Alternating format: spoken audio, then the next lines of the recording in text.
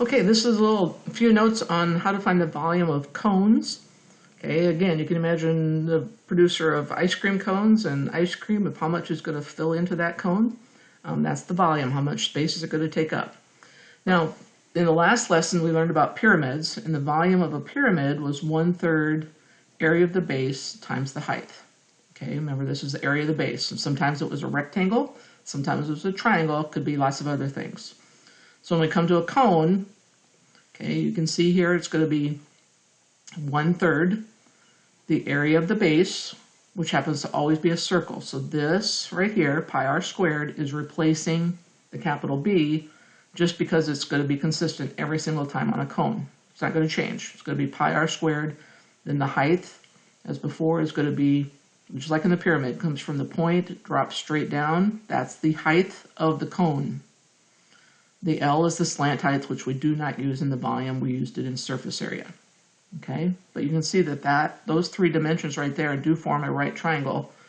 And so sometimes you have to use the right triangle to help you find either R or H, which is what we need for the formula.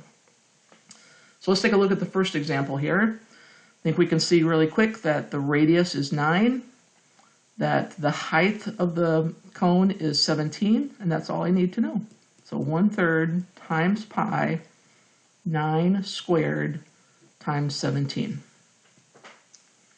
Okay, now when you multiply this out, I would multiply, like this is over 1, so do the top here. So 17 times 9, take that, divide by 3. Okay, when you do that, you get 459. We still have pi, don't forget that. And when I multiply that out, 1,441.99 cubic yards. Okay, so just a little calculation there. Make sure you know what order you're doing things, and don't forget the pi.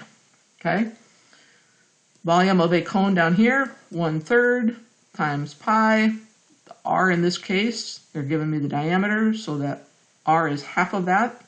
So R is 2.5. I want to square that. The height of this one, remember, it comes from the point straight down.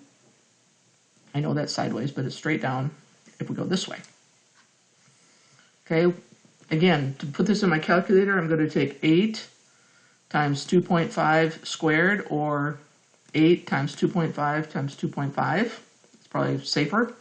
Take that amount, divide by 3. And when you do that, it doesn't go in there evenly. So you might just leave it like that. Or you'll get a decimal, probably 16.33333. Okay, that's okay. Take that times pi, and you're going to get 52.36 cubic inches.